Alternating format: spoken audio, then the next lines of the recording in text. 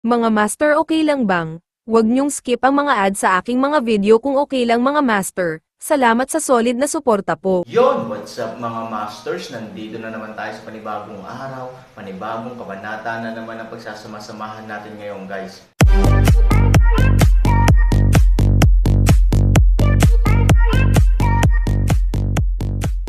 Bali mga masters, kung bago ka pa lang po sa aking YouTube channel, please click the subscribe button, lalong-lalo na po yung notification bell guys, para maging connected pa rin tayo sa isa't isa at maging updated kayo sa mga susunod ko pang video.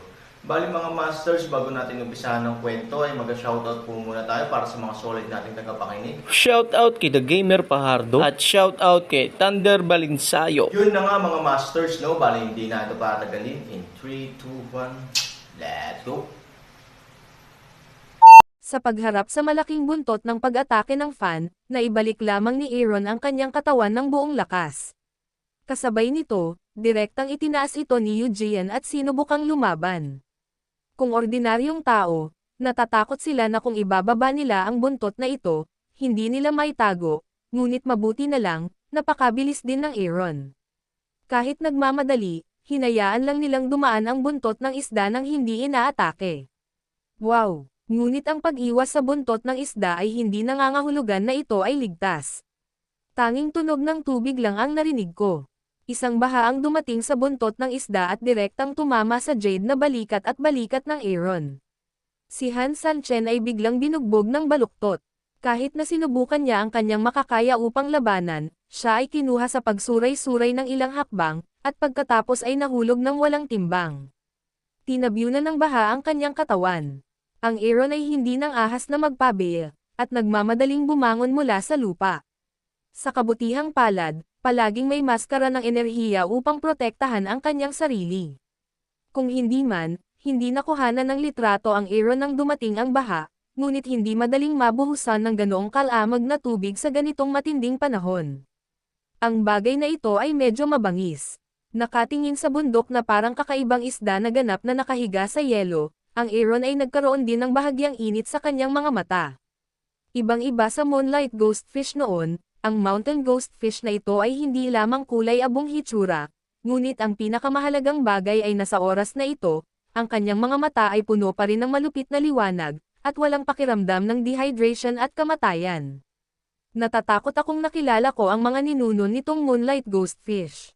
Umuungol. Bago pa magkaroon ng reaksyon ang Aaron, biglang bamuka ang bibig ng higanteng isda at ipinakita ang malalaking pangil nito. Pagkatapos ay ibinaba nito ang katawan at dirdiretsong sumugod na parang tangke. Shit, makagalaw ka sa yelo. Napakunot ng noo si Aaron, itinadyakan ang kanyang paa sa yelo, at parang rocket ang kanyang katawan. Sa sandaling siya ay bumangon, ang katawan ng higanteng isda sa ilalim ng kanyang katawan ay dumaan lamang. Ginalaw ni Aaron ang kanyang kamay, hinawakan ang Jade Sword, at hinayla ito sa likod nito. Zizizi. Hindi akalain na may espadang babukas sa likod nito. Sa kabaligtaran, ang dulo ng espada ay tila sumalubong sa bakal. Nang tumunog ang malupit na tunog, nagkaroon ng apoy sa pagitan ng dalawa. Lumayo si Han Trinity at lumipad. Tumingin siya sa dulo ng kanyang Jade Sword. Para itong pulang panghinang. Hindi niya maiwasang mag-isip, ang lalaking ito ba ay may dalang balat ng isda o bakal? Ngunit nang ang Aaron ay lubhang nalilito, ang higanteng isda ay hindi nilayon na kalkulahin ito. Gumalaw ang kanyang buntot at ibinaling ang kanyang ulo. Tapos biglang itinapon ulit ng buntot niya sa yelo. Bang! Ang buong malaking bloke ng yelo ay gumawa ng malakas na ingay, at pagkatapos ay biglang lumubog. Halos naramdaman ni Pangolin at Zia Wei na para silang nasa isang lindol. Nang muntik na silang mahulog, nakita nila ang isang madilim na anino na tumataas mula sa langit. Halos mahulog ang Pangolin sa lupa nang bumaba ito kay Paten at sumigaw, "Hindi, ito." Ang bagay na ito ay nakakalipad. Tulala rin si Zia Wei. Kung tutuusin, sa katalinuhan ng mga tao, ang mga isda ay maaaring lumangoy ng ligaw sa tubig at kahit na gumagapang sa lupa, ngunit ang ganitong uri ng paglipad sa langit ay masyadong walang katotohanan at mapangahas. Tinitigan ng matandang nasa isang tabi ang Aaron at higanteng isda. Bagamat hindi siya umimik, ang kanyang pagsimangot at nakakuyom na kamao ay lubos na nakapagpapaliwanag sa kanyang kalooban sa mga oras na ito. Ang mga ito ay hanggal, ang Aaron ay hindi hanggal, paano mo maiisip na ang isda ay maaaring maging gayon? Pagkatapos ng kaunting lengsyen, muling pinatatag ni Aaron ang kanyang kalooban, bahagyang iginalaw ang kanyang kamay, at pinalapot ang kanyang tunay na chi sa kanyang katawan. Maaari kang lumipad at maaari akong maghurno. Dahil hindi kayang basagin ng sandata ang baluti nito, paano naman ang apoy? Pagkaraang bumagsak ang mga salita, kinuha ni Chunwo ang kanyang palad at sinamantala ang sitwasyon upang bahagyang magbigay daan. Matapos iwasan ang kanyang mabagsik na epekto, direktang tumama ang Aaron sa Chunwo at tinakpan ang tagiliran nito. Umuungol. Ang temperatura ng apoy sa kalangitan, kahit na sa pamamagitan ng asensya ng Phoenix Heart Sutra, ay ganap ng umunlad sa kalahating antas. Kung ang panlabas na apoy ay sapat na init, ang panloob na maliit na asol na apoy ay halos nakamamatay. Sa nakakalokong sigaw ng higanteng isda, bumilis ang katawan nito at lumayo sa Aaron. Pagkatapos ay tumalikod ito at malamig na tumingin kay Aaron. Bahagyang binawi rin ni Aaron ang apoy sa kalangitan at malamig na tumingin sa higanteng isda. Alam niyang kung galit na galit ang higanteng isda noon, galit na galit ang lalaki ngayon. Ang kulay gintong liwanag sa kanyang katawan ay nakatulay sa sukdulan. Sa oras na ito, Aaron ay tulad ng isang Diyos Buddha, naghihintay ng tahimik. Mga master, okay lang bang? Huwag niyong skip ang mga ad sa aking mga video kung okay lang mga master. Salamat sa solid na suporta po. Umuungol. Tama nga, biglang bamuka ang malaking bibig ng higanteng isda. Sa sandaling uminom siya, ang Buddha ay nanginig sa pagitan ng langit at lupa. Boom! Ang malaking yelo ay nagsimula ring bahagyang manginig sa oras na ito. Para sa isang oras, hindi mabilang na mga nilalang sa ilalim ng yelo ay gamulong ng baliw. Sumimangot si Hansani, lumitaw muli ang Skyfire Moonwheel sa isang iglap, at pagkatapos ay isinara ang Jade Sword, handang sumama kay Hansani anumang oras. Umuungol. Biglang umungal muli ang halimaw. Boom! Sa ibabaw ng yelo, ang gitna ng pinakagitnang butas ng yelo ay biglang sumabog, at ang spray ay tumama sa hangin tulad ng isang spray column. Kasabay nito, ang malaking ibabaw ng yelo ay direktang itinaas at nawasak sa pagtaas ng proseso. Ang Pangolin at Zia Wei ay parang alikabok, lumilipad kasama ng yelo. Bagamat nahuhuli ng Pangolin si Zia Wei sa takdang panahon, ang matandang hindi mabilang ay hindi na kayang pangalagaan ang sarili. Malapit na siyang itapon sa labas ng energy circle. Nais ni Pangolin na magmadali upang iligtas ang matanda, ngunit sa ilalim ng bukas na yelo sa mga oras na ito, makikita na ang tunay na mukha ng malaking lawa. Halos lahat ng hindi mabilang na Moonlight Ghost Moon ay nagsisiksikan sa lawa. Sa oras na ito, isa-isa silang sumugod sa ere. Hindi. Sumimangot si Aaron at marahan na uminom. Sa sandaling binilisan niya, ililigtas niya ang matanda. Ngunit sa pagtalikod ko ay biglang tumama ang haligi ng tubig mula sa butas ng yelo sa ilalim ng aking mga paa, at ang dambuhalang isda na parang bundok sa likod ko ay biglang tumama. Mahirap iligtas ang matanda sa ganoong sitwasyon, ngunit talagang mahirap. Hindi ko kaya masyado. Sa sandaling nakagat niya ang kanyang mga ngipin, hindi na pinansin ni Aaron ang panganib sa likod niya o ang dragon na parang haligi ng tubig sa ilalim ng kanyang katawan. Direkta siyang gumawa ng totoong enerhiya gamit ang isang kamay, direktang pinrotektahan ang matanda at pinabalik siya sa bilog ng enerhiya. Maya-maya, ang Jade Sword sa kanyang kamay ay itinapon, at ang Jade Sword ay agad na lumipad pababa kasama ang Skyfire Moonwheel. Brush! Dumaan ang espada ni Jade. Ang mabangis na Moonlight Ghost Fish na iyon ay parang mga lamok. Sa lagaslas ng tubig, hindi mabilang na mga bangkay ng isda ang bumagsak sa lawa at kinulayan ng pula ang lawa. Kasabay nito, ang kaligtasan ng tatlong tao sa wakas ay dumating sa kontak. Ngunit ang Aaron ay walang oras upang makahinga ng maluwag. Bigla na lang siyang nakaramdam ng kakaiba sa ilalim ng paa niya. Tumingin siya sa ibaba at nakita niya na ang haligi ng tubig na umaakyat sa langit ay biglang ikinulong ang kanyang mga paa na parang kamay ng tao. Gustong magpumiglas ni Aaron, ngunit biglang naging solidong yelo ang haligi ng tubig, direktang nakadikit sa mga paa ni Aaron sa loob at hindi gumagalaw. Nagulat at nag-alala ang tatlong lalaking nagpatatag ng kanilang katawan nang makita ang haligi ng tubig. Sa oras na ito, isang mas kakilakilabot na eksena ang nangyari. Halos sabay na nagmulat ng mata ang tatlo at parang natakot. Bagamat kaharap ang tatlo, nararamdaman pa rin ni Aaron na tiyak na may malaking panganib na papalapit sa kanya sa likuran niya sa oras na ito. At ang panganib na iyon, halos hindi na kailangang isipin ng Aaron ang tungkol dito. Alam niyang may kakaibang ginagawa ang higanteng isda sa likuran niya. Itim. Isang malaking madilim na anino ang dahan-daang bumabalot sa kanyang likuran. Kuya Aaron, ingat ka. Nakatayo sa mast ng enerhiya, ligtas si Zia Wei, ngunit pinagpapawisan ang kanyang mga palad dahil sa kritikal na sitwasyon ng Aaron. Hindi mapigilan ng Pangolin ang paglunok ng kanyang laway. Karaniwan siyang tumatawa, o maaaring gumaan ang pakiramdam niya. Tungkol sa Aaron, ngunit sa oras na ito, kailangan niyang kurutin ng malamig na pawis para sa Aaron. Hindi banggitin ang matanda, mula sa kanyang normal na pananaw at pag-iisip, Aaron ay kahit na walang pinagkaiba sa patay na tao. Ay, hindi, iba.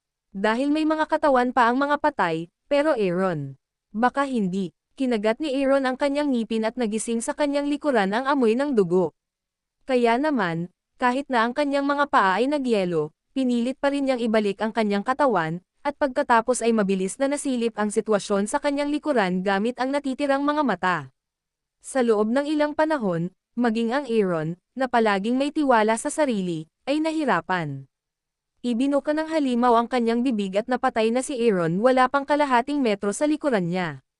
Ang kanyang malaking bibig ay bamuka ng mabangis at ang kanyang mga bakal na ngipin ay nakalantad.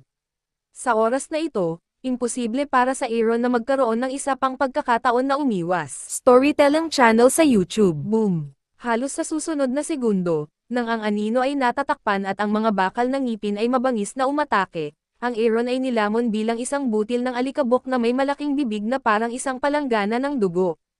Hindi. Nang makita ang eksenang ito, tuwang-tuwa si Zia Wei kaya napasigaw siya sa sakit. Natarante rin si Pangolin at hindi makapaniwalang tumingin sa eksena. Ang matanda ay isang mortal lamang. Siya ay natigilan at mahirap ipahayag. Hindi. Pagkatapos sumigaw ni Zia Wei, patuloy na tumulo ang mga luha sa kanyang mga mata. Paano kaya naging ganito? Bakit si Kuya Aaron magtatapos ng ganito? Ang galing niya. Hindi dapat. Siya mismo ang hinayla pababa. Kung hindi dahil sa kanyang kawalan ng kakayahan, hindi siya maabala upang protektahan ang mga ito, at hindi siya mahuhuli ng haligi ng tubig, o hindi rin siya lumunin ng higanteng isda. Kahit na, hindi sila dapat dumating dito. Alam niya na gusto ni Aaron na manghuli ng isda dito dahil gusto niya ang epekto ng karne ng isda at itlog ng isda, na maaaring mabawasan ang output ng kanyang dugong phoenix. Gayunpaman, kung ito ay bawasan sa isang mapanganib na paraan, mas gugustuhin niyang mawalan ng mas maraming dugong phoenix sa kanya. Kaya niyang tiisin ang panganib. Hindi kailangang tiisin ng Aaron. Blame me, walang kwenta. Napangiti ng mapait ang matanda at walang magawang umiling, mahina akong tao. Paano ako magkakaroon ng mukha para mabuhay sa mundo? Namatay na ako. Mga dekada na ang nakalipas, kahit ngayon lang. Dapat nakahiga ako sa butas na iyon. Hindi mali ang sinasabi ng mga tao. Masisira lang ng mahihina ang sarili nila. Kung hindi, mabuhay man sila, kakalad ka rin lang ang iba pabalik. Pagtingin sa dalawang tao sa ganoong kahinaan, kinagat ng Pangolin ang kanyang mga ngipin at nagmamadaling sinabi, anong kalokohan ang pinag-uusapan ninyong dalawa? Bakit? Patay na ba si Aaron kung siya ay nilamon ng higanteng isda? Kung sa tingin mo, masasabi ko lang na napakababaw mo at masyadong one-sided ang pangunawa mo sa Aaron. Mula nang makilala ko ang lalaking ito, ang taong ito ay naging kasing kahulugan ng himala sa aking puso. Ang mga kalakal na ito ay lumilipad, nagtatago at makapangyarihan. Maraming beses, tulad mo, naisip ko na sila ay tapos na. Bilang isang resulta, sila ay hindi lamang ligtas, ngunit ipinakita din ang limitasyon ng antay-pagpatay na parang aso. Hindi ba't ganoon din ang paghihiganti ng bug sa dugo ngayon? Dati, at ngayon ay ganoon din. Ang mga salita ni Pangolin ay napakadamdamin at nakapagpapatibay loob, ngunit ang matanda at si Zia Wei ay hindi nagkaroon ng kahit katiting na pagbabago-bago ng emosyon pagkatapos makinig sa kanila. Sa kanilang mga mata, maaaring maging kapaki-pakinabang ang mga salita ng Pangolin sa ibang pagkakataon. Pero halatang, pwede bang tumigil ka na sa pagsasalita? Tumingin si Zia Wei sa Pangolin. Ang kanyang mga luha ay napakalinaw sa kanyang mga mata, nakakaawa ang itsura niya, si Kuya Aaron ay may. Napalunok siya ng higanteng isda. Bakit? Still, wala na siyang masabi. Tinakpan niya ang mukha niya at napaluha. Nang makita ito, ang matandang lalaki ay tumingin sa panggalan na may bahagyang pagkabigo, binata, ayos lang para sa iyo na buksan ang iyong dilaw na tuldik. Ngayon, ang buhay at kamatayan ni Mr. Han ay walang katiyakan. Kung nais mong sabihin muli ang malalaking salitang ito, hindi may iwasang makakainis ito sa mga tao. Totoo ang sinabi ko. Bakit ayaw mong maniwala? May ilang hinaing si Panggalan. Mapait na ngumiti ang matanda, ang mga ngipin ng isda ay parang hakso, at ang balat ng isda ay parang pader na bakal. Gaya ng nakita mo kanina, inatake ito ni G. Han ng espada, at ang balat nito ay halos sutla na hindi gumagalaw. Ngayon, diretsong nilunok pa ni Mr. Han ang buong isda, kasing kapal ng bundok ang katawan ng isda sa ilalim ng balat. Tanungin kita, paano siya lumabas? Dahil doon, atubiling hindi lumingon ang matanda at mamantong hininga. Napigilan ang mga salita ni Panggalan. Gusto niyang magpaliwanag, ngunit hindi niya alam kung paano magsalita. Halatang kailangan niyang aminin na hindi makatwiran ang mga sinabi ng matanda. Mula sa labas hanggang sa loob, kahit ang balat ay hindi masisira, kaya mula sa loob hanggang sa labas, sa mas makitid na espasyo, halatang walang pinagkaiba ang masira, kaya mas mahirap. Tsaka may napakakapal na tisyo ng isda sa gitna. Kung ito ay matigas na karne, natural na mas mahirap, ngunit kung ito ay malambot na karne, ito ay kasing hirap din ng langit. Kaya naman, kahit anong tingin mo dito, ang mga salita ng matanda ay malalim na makatwiran. Pangalawa, alam niya ito at pamilyar sa Moonlight Ghostfish na mas mahusay kaysa sa kanyang sarili. Kung iniisip ito, kahit ang nag-iisang Yun na nga mga masters, no? Bali panibagong kabanata na naman yung natapos natin ngayong gabi. Muli, maraming salamat po talaga sa walang sawang suporta po sa aking YouTube channel na talagang inaabangan niyo po ang bawat upload ko po.